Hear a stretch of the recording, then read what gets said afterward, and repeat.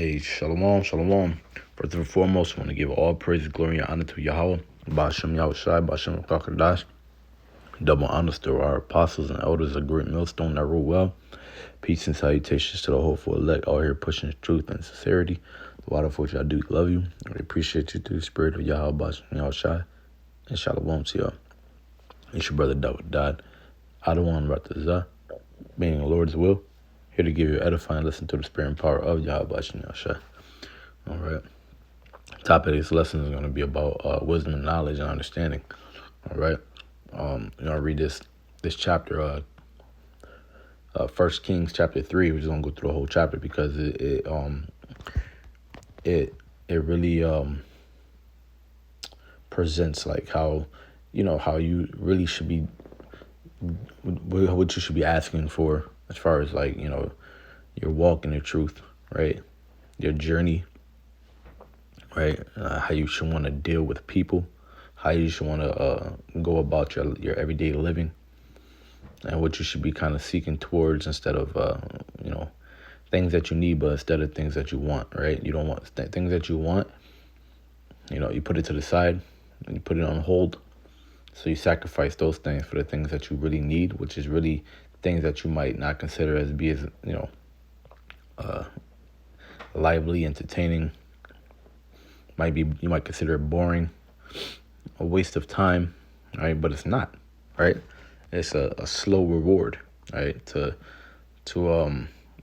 work for something that's gonna come later, right? It's a slow reward, but those are the best rewards, right? The instant gratification that you get from maybe going out and clubbing or dealing with a female or getting a quick bag of money or whatever, or playing a video game or doing something else rather than trying to search out your true being and understanding of the scriptures and things like that. Those things those rewards don't really last, man. It's a dopamine hit. It's for but a short period of time. So we'll jump into the lesson, and just remember, like, keep that in mind. Like, that's what this is about. It's about that slow reward and putting things to the side so that you can really get the things that you really need. It's 1 Kings chapter 3. Start at verse 1. It says, "And Solomon made affinity with the Pharaoh, king of Egypt, and took Pharaoh's daughter and brought her into the city of David, and until he made an end of building his own house and the house of the Lord and the wall of Jerusalem round about." All right, so now Solomon is now king. King David has passed away in his old age, and now his son is ruling, right, at his stead, and he's ruling Jerusalem. It says verse 2, only the people sacrificed in high places because there was no house built unto the name of the Lord until those days. And Solomon loved the Lord, walking in the statutes of David his father. Only he sacrificed and burnt incense in high places. And the king went to Gibeon to sacrifice there, for that was the great high place. 1,000 burnt offerings did Solomon offer upon that altar.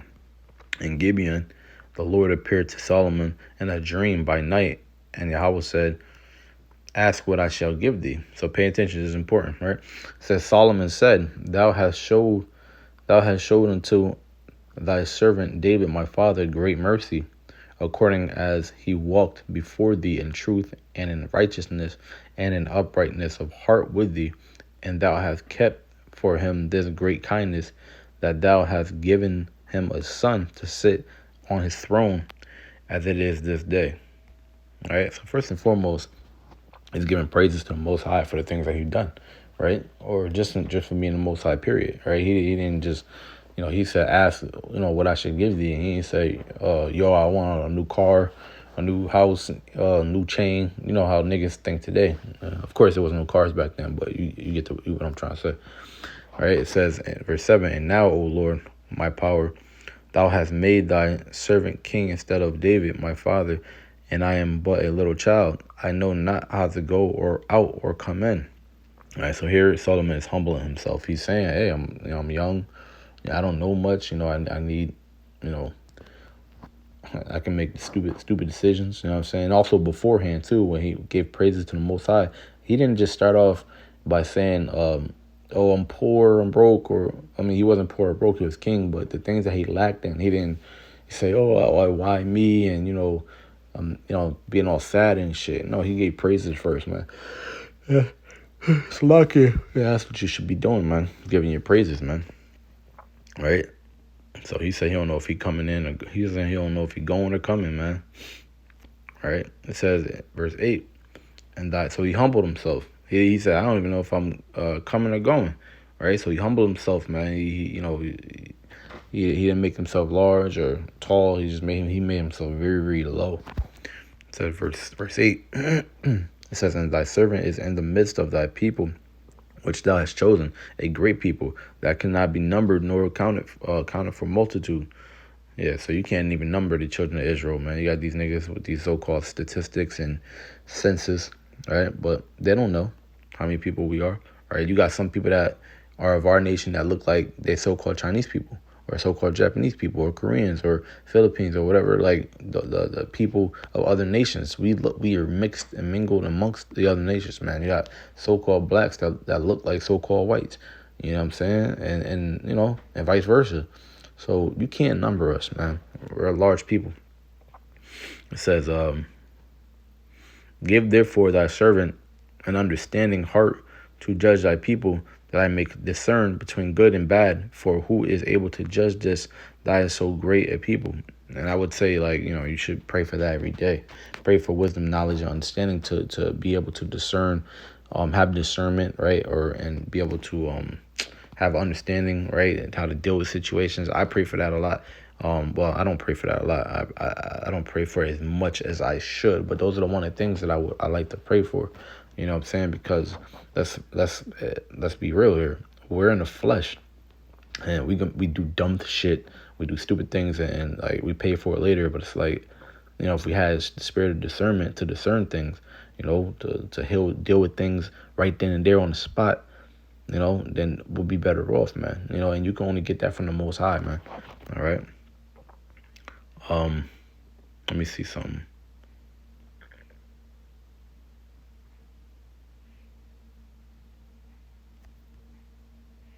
Let me read that again. It says, give therefore thy servant an understanding heart to judge thy people, that I may discern between good and bad, for who is able to judge. So let me see what that word discern means. That's what I really wanted to get.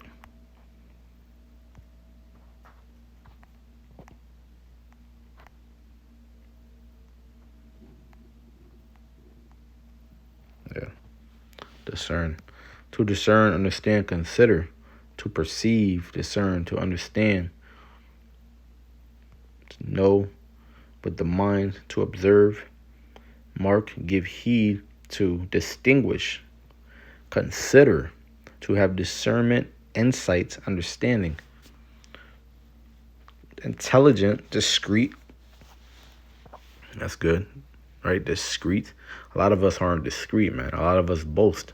A lot of people aren't discreet. A lot of people just, brag and, might spill, be too loud and give off too much information all at once, instead of, being discerned, having discernment and being discreet, not to give off, too much at once, too much information. That's, sometimes holding back information is really, really good, man. You know what I mean? Yeah, you might be, like, for instance, I'll just go ahead and say this, man. I'm not trying to boast, but, like, I do MMA, right? I was a MMA fighter for a long time, for about, like, a few years, and, I had, like, 12, 13 fights, and I've trained a lot, so, when I'm amongst people who don't know how to fight, or just people who just don't even know me like that. Yeah, I don't just start off by like, yeah, you know how to do this, I know how to do this, choke and this body slam and this uppercut. I don't even do that, man, because I don't really like to tell people that type of stuff. I want them, either they can find out on their own, or, if one day I reveal it to them, then so be it. But, you don't want people knowing at first, because keep it real with you, I'll be in a lot of positions where I'll let people even kind of like think that they can beat me. know what I'm saying? They'll, say slick shit. I'll be like, you got it, da da da. To other people, it might come off as like you're a bitch or you're a punk, but I will fold this dude. But I don't want it to get there because one, I don't want to catch a case, or I don't want these niggas, they pulling out guns and shit and they don't know how to fight. I don't want to get shot, or I don't want to hurt somebody severely. And I don't even like confrontation. I don't even like, keep it real true, I don't even like fighting. I like fighting in the cage, but I don't like fighting people who don't know how to fight. I don't like fighting for nonsense. I like fighting for a reward. That's what I'm trying to say. So you gotta have discernment in times like that, because who knows? And then you don't know somebody could be standing behind you who's with that nigga that you're trying to fight. You gotta have discernment, man. You gotta move a certain type of way in this world, man. Right? There's demons all over the place. So it's certain ways sometimes you gotta take the low, right? Sometimes you gotta take the humble route. So you gotta be discreet. That's what going into. You have to be discreet, and it says have understanding, to understand, to teach, to show oneself discerning or attentive, consider diligently. I like that. To yeah, man, consider diligently, right? Consider whether certain times to be discernment are times that you should be discerning, right? Like, for instance, I was talking about the fighting. I got to consider diligently if I can get to a fight with a regular average nigga demon, right? Is this going to be worth it for me at the end, right? Is something bad going to come later? Am I going to go to prison, right? Is he going to come back with weapons? Is his boys going to be there? Like, you know what I'm saying? You got to consider diligently, man. Right? It says to teach, instruct, prudent, and regard. So you got to have regard for things, man. When you're speaking to people, and how you dealing with people, you need to be humble. You got to have discernment, right? So that's good. All right. Verse 10, it says, "And the speech pleased the Lord that Solomon had asked this thing. And Yahweh said unto him, said unto him, because thou hast asked this thing, and hast not asked for thyself long life, neither hast asked riches for thyself, nor hast asked the life of thy enemies, but hast asked for thyself understanding to discern judgment." Going back to that word discernment, right? "Behold, I have done according to thy words. Lo, I have given thee a wise and understanding heart, so that there was none like thee before thee, neither after thee shall any arise like unto thee." So there's no king before that was as great, and no king after King Solomon, right? And that's not to take away from King David or anybody, but he's saying, I'm gonna give you a wise and understanding heart that nobody else will ever have, just you. It says, and I have also, because everybody else will always ask for things that they can touch, or clout or something like that. You know what I mean? It says, and I have also given thee that which thou hast not asked for, both riches and honor, so that that's clout. So basically, like, everybody loves you, everybody knows who you are, everybody respects you. You know what I'm saying? Today's age, people will call that clout. All right, I'm not saying that Solomon had clout, but today that's what you will call honor, clout. These people have no honor. They want to see how famous you are or whatever first before they feel like they can respect you. And that's why people don't deal with us like that, because we're not popular as far as like these worldly views. You know what I mean? We're not rappers, and we're not gangbangers or wicked niggas. You know what I'm saying? So they shun us, they wave their hands, and they scoff. So it says so that there shall be, and if thou wilt walk in my ways to keep thy statutes and commandments as thy father David did walk, then I will lengthen thy days. And that's what it's about, man. We need to keep the law, statutes, and commandments of the Heavenly Father. That's all. It says, and Solomon awoke, and behold, it was a dream.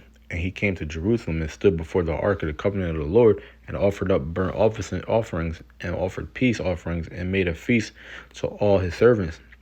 And came there 2 women that were harlots unto the king, and stood before him. And the one woman said, O my Lord, I and this woman dwell in one house, and I was delivered of a child with her in the house.